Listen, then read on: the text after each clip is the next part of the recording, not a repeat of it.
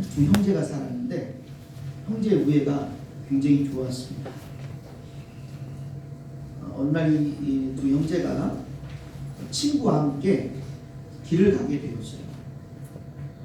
길을 가다가 그만 이 친구가 발을 실족해 가지고 약간 좀 언덕이었는데 굴러 떨어지면서 잘못돼서 죽게 되었습니다. 그래가지고 이제 관가에 끌려갔어요. 사또 앞에서 취조를 받는 겁니다. 분명히 누군가가 너희들 둘 중에 누군가가 밀어가지고 네 친구가 발을 헛디게 되었고 그래서 죽었을 것이다. 누가 했는지 빨리 자수하라고. 웬만한 사람들 같으면 형이 그랬어요, 동생이 그랬어요 그럴 텐데 이 형제는 자기가 그랬다는 거. 형은 형이 내가 그랬다. 동생은 동생이 그랬다고 하면서 서로 자기가 있다고 그러는 거예요. 그러니까 사또가 볼 때는 분명히 누군가가 한 것 같은데 왜 자기가 했다고 할까. 그래가지고 엄마를 불렀어요. 어머니 불러가지고 이 아이들이 서로 자기가 했다고 그러는데 엄마가 볼 때는 누가 한 거 같느냐. 그러니까 엄마가 볼 때는 거짓말을 작친다든가 문제 있는 놈이 누구냐 이렇게 이제 하라는 거죠. 근데 엄마가 가만히 생각하더니 작은 애가 그런 것 같다. 왜 그러냐 그랬더니 사실은 큰 애는 내가 데려온 애기입니다. 데려와서 키운 아기입니다. 남의 자식이고 이 작은 아기는 자기가 많은 자식이에요. 그리고 아직 내가 젊기 때문에 만약에 이 작은 아들이 죄를 감당하다가 잘못돼도 내가 또 낳을 수 있으니까 작은 아들이 그런 것 같다. 그 사또가 그러고 기가 막히죠. 그 사또가 판결을 합니다. 이렇게 사랑이 넘치는 가정에서 살인자가 나올 수가 없다. 그리고는 무죄로 석방을 해줬어요. 사랑이 넘치는 가정, 또 사랑이 넘치는 교회, 그런 가정, 그런 교회가 우리 가정이 됐으면 좋겠고 우리 교회가 되었으면 좋겠습니다. 그거는 저절로 되는 게 아니라 우리가 사랑의 마음으로 사랑하면 되는 거죠. 바울은요, 사랑이 아주 설레는 것이다. 아주 그냥 가슴 찡하는 것이다. 짜릿한 것이다. 달콤한 것이다. 그렇게 얘기하지 않고 사랑은 참는 거다. 사랑은 오래 참는 거다라고 지난주를 가르쳐 줬습니다. 사랑은 끝까지 참는 거예요. 오래오래 참는 거예요. 모든 걸 참는 거고 끝까지 참고 견디는 게 사랑입니다. 한 주간 동안에 우리 성도님들 얼마나 참으셨어요? 말하고 싶은데 그 말을 얼마나 참으셨고 혹시 이렇게 막 한번 그냥 한번 터지고 싶은데 그걸 얼마나 참으셨습니까? 얼마나 참으셨어요? 참는 게 사랑이에요. 그러니까 가정에서도 사랑하기 때문에 참아야 되고 어디서든지 직장에서도 내가 사랑하니까 참아야 돼. 참아야 사랑입니다. 자, 오늘은 두 번째로 온유하며. 사랑은 온유한 거예요. 온유한 게 사랑입니다. 그러니까 온유하지 않은 사람은 사랑이 없는 거예요. 온유한 것이 사랑입니다. 사랑은 온유하다. 많은 사람들은 온유에 대해서 착각을 해요. 잘못 이해하고 있습니다. 무기력한 것, 나약한 것, 느린 것, 우유부단하고 줏대 없는 것, 그것이 온유라고 생각을 하죠. 그래서 온유하면 손해본다고 생각을 합니다. 요즘 세상은 어떻게 됩니까? 유순해서는 안 된다. 사나워야 되고 전투적이어야 되고 싸우면 반드시 이겨야 되고 고집이 있어야 되고 자기 주장을 관철시키기 위해서 어떤 그런 고집과 그런 투쟁적인 그런 생각을 해야 된다. 사실 그렇잖아요. 순둥이처럼 가만히 있으면 손해본다고 막 생각을 하는 거죠. 자기 밖에 못 찾아보는 거예요. 그래서 얘기할 땐 얘기해야 된다. 막 이렇게 얘기하죠. 요즘 세상은 그렇죠. 근데 여러분, 성경에서 말하는 온유는 무기력한 것도 아니고 우유부단한 것도 아니고 줏대 없는 것도 아니고 비굴한 것도 아니고 타고난 순둥이를 말하는 것이 아닙니다. 성경에서 말하는 온유는 헬라어로 프라우스라는 단어인데요. 이 말은 야성을 가지고 있는 사나운 짐승들을 훈련시키고 길들여 가지고 온유하게 만드는 거예요. 예를 들어서 사자나 호랑이, 코끼리 같은 것들은 힘도 세고 거칠고 싸납고 야성적이잖아요. 그런데 조련사가 잘 훈련시키고 조련시켜가지고 조련사의 말을 잘 듣는 거. 막 코끼리가 막 이렇게 막 제주도 돌고 막 그러잖아요. 개들이 있는데 개가 좀 거칠고 싸나워요. 근데 주인 한마디 앉혀 그러면 탁 일어서 그러면 딱 일어서요. 뭘 던지고 집어와 그러면 막 달려서 탁 물고 와서 주인 앞에 이게 물고 와갖고 이렇게 모습. 그런 모습이 온유라는 거예요. 힘이 없고 무기력한 게 아니라 힘이 넘쳐요. 근데 그것이 잘 훈련되어지고 길들여져 있는 모습. 그러니까 성경에서 말하는 온유는 하나님에 의해서 훈련되어지고 다스려지고, 하나님이 손을 이게 보셔가지고 죄송하지만 훈련시키고 다스려가지고 거친 것도 없어지고 순종하고 복종하고 그런 상태가 바로 온유입니다. 하나님의 말씀으로 행동이 딱 규제가 되는, 막 하고 싶은데 하나님 말씀에 탁 거기에 탁 그 안에서 순종하고 하나님 말씀으로 훈련되어져 있는 상태, 죄성이 훈련되어져 있고 거칠고 아주 포악한 살아온 성격들이 성질들이 잘 이렇게 훈련되어지고 길들여져 있는 상태가 온유라는 거예요. 민수기 12장 3절에 보면 이 사람 모세는 온유함이 모든 사람보다 승하더라고. 그러니까 모세의 온유함이 그 당대의 사람보다 어떤 사람보다 높다는 거거든요. 근데 모세는 원래 거친 사람이잖아요. 행동파예요. 과격해요. 그 살인까지 저질렀잖아요. 그런 그가 광야에 가서 40년 동안 훈련되어집니다. 하나님이 숨기셨어요. 40년 동안 훈련받았어요. 그리고 나서 어떻게 합니까? 이스라엘 백성들 애굽에서 나오게 하잖아요. 애굽에서 나오게 합니다. 그리고 나서는 광야 40년을 가는데 얼마나 힘들겠어요. 사막 같은 광야 같은 그런 곳을 가는데 얼마나 힘들겠어요. 그러니까 불평하고 원망하고 불순종하고 막 대드는 거예요. 심지어는 막 모세를 죽이려고까지 막 그러잖아요. 만약에 모세가요 온유함으로 훈련받지 않았으면 아마 제가 볼 때는 모세 속 터져서 암 걸려서 죽었을 거예요. 한 40번은 죽었을 거예요. 제가 볼 때. 근데 모세는 온유함으로 훈련받았어요. 그래서 불순종하고 대들고 반역하면 그들 바라보지 않고 하나님 바라봅니다. 하나님 쟤들이요 저러는데요. 하나님 어쩌면 좋아요. 그 하나님 알아서 다 정리해 주시고 만져주시고 그게 온유예요. 만약에 온유함에 훈련받지 못했으면 모세는 속 젖어서 죽었을 것이고 백성들은 시달려서 죽었을 거예요. 그 예전에 그 사람을 막 죽였던 그 혈기로 막 이스라엘 백성들이 했으면 아마 근데 모세는 훈련받았어요. 완전히 온유한 사람이었죠. 여러분 김육두 목사님이란 그 이름 들어보셨잖아요. 초대 우리나라의 대단한 목사님이신데 이분이 아낙골의 호랑이에요. 아낙골의 호랑이. 그러니까 싸움꾼이고 좀 안 좋은 말로 하면 깡패예요. 싸우면 지는 법이 없어요. 그러니까 대단한 소문난 깡패거든요. 근데 이분이 하나님을 믿고 목사님이 되었어요. 어느 이제 고을에 이제 부흥회를 인도하러 갑니다. 근데 언덕이었나 봐요. 올라가다가 보니까 덥고 이제 힘드니까 앉아서 좀 쉬고 있는데 저 건너편에서 술 잔뜩 취한 아저씨가 오더니 야! 너 나보다 먼저 올라왔어! 이것이 그러면서 막 다짜고짜 막 두개 패는 거예요. 막. 옛날 같았으면 어버치기 아버치기 하면서 그냥 했을 텐데 목사님이 되었으니까 이제 달라주셨어요. 그래서 그 배를 탁 막고 있다가 형님 다 때렸습니까? 딱 그런 거예요. 그러니까 그 술 취한 사람 그래 다 때렸다! 그러니까 예수는 제가 믿고 복은 형님이 받았습니다. 딱 그런 거예요. 그러니까 뭔가 좀 이상하잖아요. 그러니까 그분이 딱 몰려갖고 가만히 쳐다보니까 제가 김육두시다 딱 그 말에 눈이 번쩍 뛰어갖고 딱 보니까 진짜 김육두예요. 무릎 꿇고 아이고 잘못했습니다. 죽을 뻔했어요. 우리 윤숙이 있던 사람은 아이고 잘못했습니다. 그때 김육두 목사님이 나랑 같이 부흥회 가자고 가서 이렇게 그곳에서 예수님 만나고 그 후에 장로가 됐다. 여러분 만약에요 그분이 온유함을 소유하지 못했다면 하나님의 손과 하나님의 말씀으로 훈련받지 못했다면 어떻게 됐을까요? 근데 훈련되어지고 다스려져서 전혀 다른 사람이 되었어요.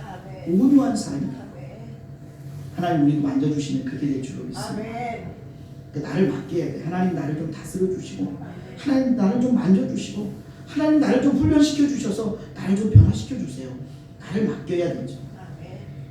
자, 온유한 사람은 어떤 사람인가? 온유한 사랑을 소유한 사람은 어떤 사람인가? 좀 더 구체적으로 살펴보면 첫째는요, 성질이 부드럽습니다. 부드러워요.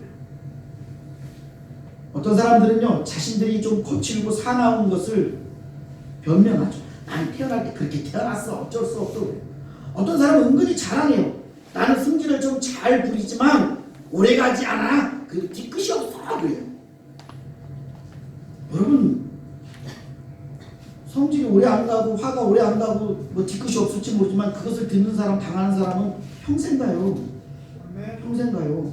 아니, 평생 가요. 사실 그 상처는 그거 무채매간 얘기예요. 성경에서는요, 사나운 거, 성내는 거, 혈기 부리는 거 칭찬하지도 않고 권면하지도 않습니다. 야고보서 1장 19절 이렇게 말하죠. 내 사랑하는 형제들아, 너희가 알거니와 사람마다 듣기는 속히 하고 말하기는 더디하고 성내기도 더디하다. 아멘. 야고보서 1장 20절에 사람의 성내는 것이 하나님의 의를 이루지 못한다고 말합니다. 잠언 16장 32절에 노하기를 더디하는 자는 용사보다 낫고 자기 마음을 다스리는 자는 성을 빼앗는 자보다 낫다. 자기 마음을 다스려야 돼. 자기 마음을 다스려서 화를 죽일 줄 알고 화를 내지 않고 혈기 부리지 않을 정도로 그런 사람이 돼야 돼. 여러분, 무엇보다 내 마음을 다스려야 돼. 내 마음을 다스려야 돼. 하고 싶은 거 다 하고 할 말 안 할 말 다 해버리면 안 됩니다. 내 마음을 다스려서 할 말과 안 할 말을 좀 가릴 줄 아는 사람이 돼야 돼요. 사람이고 짐승이고 간에 부드러운 사람을 좋아해요. 거친 사람, 싸나운 사람 주변에는 사람이 없습니다. 부드러운 사람, 따뜻한 사람, 부드러워 따뜻한 그 사랑, 온유한 사랑을 소유한 사람 곁에 보면 사람이 많습니다. 심리학자 중에 보면 하로우라는 교수님이 계세요. 이분이 시험을 했어요. 어떤 시험을 했냐면 새끼 원숭이 무리에다가 어미 원숭이 모양을 한 두 인형을 만들었어요. 그리고 거기다 젖병을 꽂아놨어요. 우유를 꽂아놨어요. 한 어미 인형은 철사로 만들었습니다. 철사로. 그리고 하나는 부드러운 천으로 만들었어요. 어미 원숭이 모양인데 하나는 철사로 만들고 하나는 부드러운 천으로 만들었어요. 그리고 거기다 젖병을 꽂아놨어요. 첫날은 그냥 철사로 만든 어미 원숭이 모형이나 천으로 만든 원숭이나 다 모여들어갖고 우유를 막 열심히 먹더래요. 근데 그 다음날이 되니까 전혀 달라지더라는 거예요. 철사로 만든 원숭이 그 모양의 우유를 빠는 원숭이가 새끼가 하나도 없더라는 거예요. 다 뭐예요? 부드러운 천으로 만든 그 어미 원숭이 인형에 와서는 우유를 다 빨아먹더라는 거죠. 짐승들도 상하고 거칠고 차가운 그런 걸 싫어합니다. 사람도 마찬가지죠. 사랑하는 사람 주변, 무서운 사람 주변, 혈기 잘 내고 화 잘 내는 사람 주변에 사람이 없어요. 항상 부드러운 사람, 따뜻한 사람, 그 온유한 부드러운 사랑을 가진 사람 곁에 사람이 많죠. 하나님은 어떤 분이시냐면요, 부드럽고 온유하신 사랑을 하나님이세요. 그것을 어디서 볼 수 있냐면요, 하나님께서 범죄한 아담과 하와를 내쫓으실 때 그냥 내쫓지 않으셨잖아요. 어떻게 내쫓으셨죠? 에덴 동산에서 범죄함에 내쫓을 때 그들에게 가죽옷을 지어서 입히셨어요. 창세기 3장 21절에 보면 하나님이 가죽옷을 지어 입히십니다. 그들을 내보낼 때 그냥 내보낸 게 아니라 가죽옷을 지어 입히셨어요. 저는 이 말씀을 묵상하면서 하나님이 가죽옷을 주셨다 해도 되고 가죽옷을 입혔다고 해도 되고 그냥 내쫓아버려도 되잖아요. 아니, 배은망덕하게 하나님의 은혜를 모르고 하나님 하지 말라는 그런 불순종하고 죄를 범했는데 하나님은 그냥 내쫓아도 돼.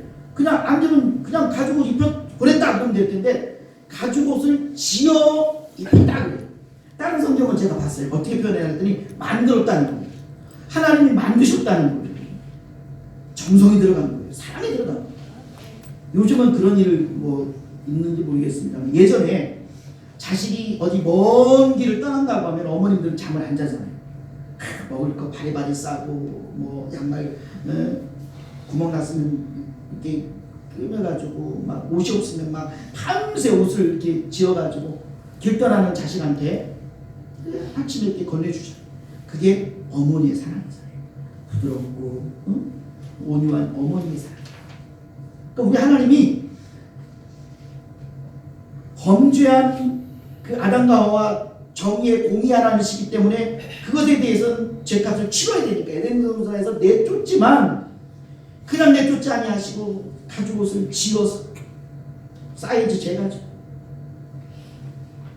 정성을 다해서 아담과 하와를 입혀서 내보내줬어. 그 부드러운 사랑, 온유한 사랑.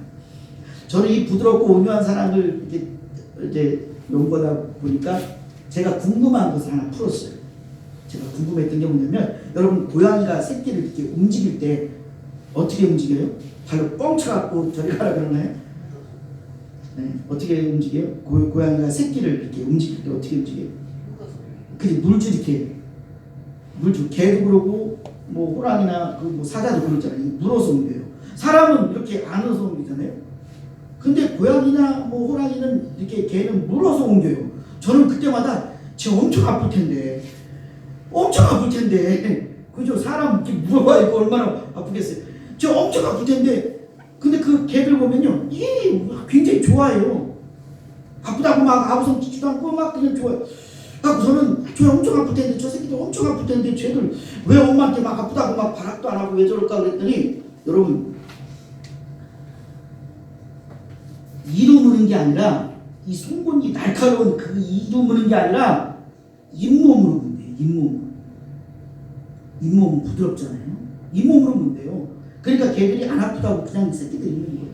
그래서 저는 어떻게 물까? 하나님이시니까, 전능하신 하나님이시니까 얼마든지 구조적으로 잇몸으로 물 수 있도록 만들었겠구나 그 생각을 해요. 사람은 손으로 날리지만 걔들은 어쩔 수 없이 잇몸으로 물어서 옮겨야 되니까 그 생각을 하면서 부드러운 하나님의 사랑이 그 창조물 속에 들어가 있겠다 생각을 했어요. 궁금한 거 하나 해결했죠. 저도 하나 해결했어요. 부드러운 하나님의 온유한 사랑이 그 속에 들어가요. 그분이 그렇게 하셨고 그렇게 들어갔죠. 여러분 우리에게도 얼마든지 부드러운 하나님의 사랑이 있을 수 있어요. 우리 마음을 부드럽게 하시면 온유한 하나님의 사랑이 우리 가운데 있는 줄로 믿습니다. 예수님의 제자 가운데 보면 예수님이 별명을 붙인 사람이 있어요. 베드로는 반석이라고 별명을 붙여주셨고, 야고보와 요한은 뭐라고 별명을 붙여주셨어요? 예수님이 번개의 아들, 물의 아들. 번개 같다, 물의 같다. 그러니까 막 과격하고 싸납고 막 파괴적이고. 그 야고보와 요한이 번개 같은 사람들이라는 거예요. 막 물에 같고 막 파괴적이고 막 폭력적이고. 그 모습을 볼 수 있는 게 뭐냐면, 예수님과 그 일행들이 전도하러 가서 사마리아에 들어가서 막 전도를 하는데 그 사람들이 거부를 했어요. 예수님의 전도를 거부했어요. 여러분도 막 전도하는데 그 사람이 막 면박 주고 막 거부하면 어때요? 마음이 좀 상하죠. 좀 그렇죠. 근데 그때 잘해야 돼요. 감사합니다. 다음에 또 만나죠. 이래야 전도의 기회가 있죠. 지난주만 참아야 되거든요. 이 두 제자인 야고보와 요한이 나서갖고, 예수님 쟤들요 여기요 그냥 불로 확 싸질러 버리죠. 그냥 불로 확 태워버리죠. 그냥 그냥 막 그 성경 그대로 나온 거예요. 그런데요, 이 사도 요한이 나중에 예수님 앞에서 훈련받고 예수님 말씀으로 길들여져 가지고 어떻게 됐습니까? 나중에는 사랑하는 자들아, 사랑 완전히 달라졌어요. 부드러운 하나님의 사랑, 온유한 사랑을 바꿔서 사랑.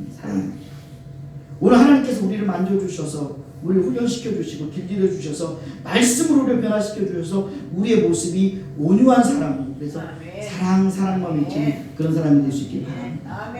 그래야 되겠죠. 자, 다음 두 번째는 뭘까요? 친절입니다.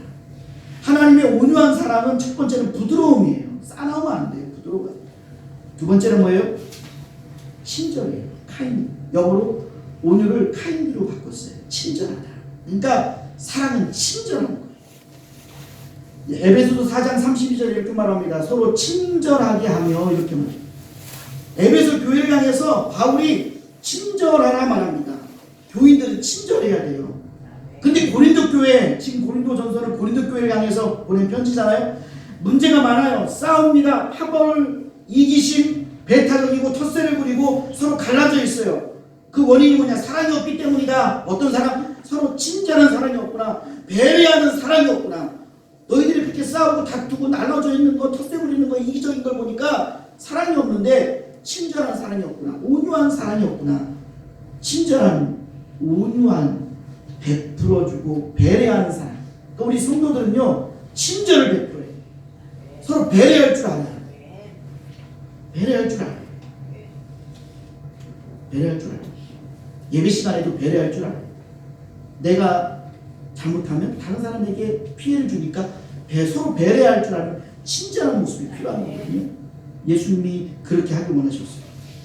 피츠버그에서 비가 오는 날이었습니다. 비가 많이 오는데 한 노인이 가구 그 골목에 길에 나가가지고 뭔가 기다려요. 그러니까 보니까 이제 차를 기다리는 거예요. 그러니까 한 가구점 주인이 그 노인을 불렀어요. 아유, 어르신들 들어오세요. 아유, 비 맞으면서 아유 왜 이렇게 계시냐고 그랬더니 나 가구 안 사는데 아유 들어오세요. 비를 좀 피하시라고요. 아유 괜찮아요. 들어오세요. 그러고 나서 물어보니까 이제 차를 기다리는 거예요. 아들이 보낸 차를 타고 가려고 그러는데 볼일을 다 봐서 차가 오길 기다리는데 비가 오니까 밖에서 기다리는 거예요. 그 차 번호가 뭐냐? 그 차 번호를 알아보고 이 주인이 대신 나가서 차를 기다리는 거예요. 비 오는 날. 나갔다가 기다리다가 들어와서 또 나갔다 들어와서 그러니까 주변에 있는 가구점 주인들은 핀잔을 하죠. 아유 가구도 안 살 노인한테 뭘 이렇게 친절을 베풀고 막 그러냐고. 근데 이 주인은 그 노인에게 그렇게 친절을 베풀고 들어갔다 나갔다 하면서 차를 기다렸는데 그 이제 차가 왔어요. 태워서 보냅니다. 근데 며칠 지난 후에 편지가 나왔어요. 누구로부터 왔냐면 강철랑 카네기로부터 편지가 왔어요. 부자였거든요. 그러면서 당신이 우리 어머니께 베푼 친절 때문에 나도 당신에게 친절을 베풀겠다. 우리 회사에서 쓰는 필요한 모든 가구는 당신 가게에서 사겠고 내가 지금 큰 집을 짓고 있는데 그 집에 들어가는 모든 가구도 당신 가게에서 구입하겠다. 그것이 우리 어머니께 베푼 친절에 대한 나의 친절이다. 그래서 굉장히 회사가 잘 됐어요. 가구점이 잘 됐어요. 성경에서는 대접을 받고 싶은 대로 대접하라고 말합니다. 누군가로부터 사랑받고 싶으면 사랑하면 되는 것이고 누군가의 친절한 호의를 받고 싶으면 누군가에게 친절을 베푸는 마태복음 25장 40절에 이렇게 말하죠. 지극히 작은 자 하나에게 한 것이 곧 내게 한 것이다 이렇게 말합니다. 누군가에게 한 것이 내게 한 것이라고 예수님 하나님 말씀하셨어요. 누군가에게 친절을 베푼 것은 곧 하나님께 친절을 베푼 것이라는 거예요. 누군가에게 사랑을 베풀면 그것이 곧 우리 하나님께 사랑을 베푼다. 우리 모두 온유한 친절한 사랑으로 하나님 앞에 정말 상급받는 여러분 되시기를 축복합니다. 아멘. 예수님의 사랑은 온유한 사랑입니다. 마태복음 11장 29절에 나는 마음이 온유하고 겸손하니 이렇게 말씀합니다.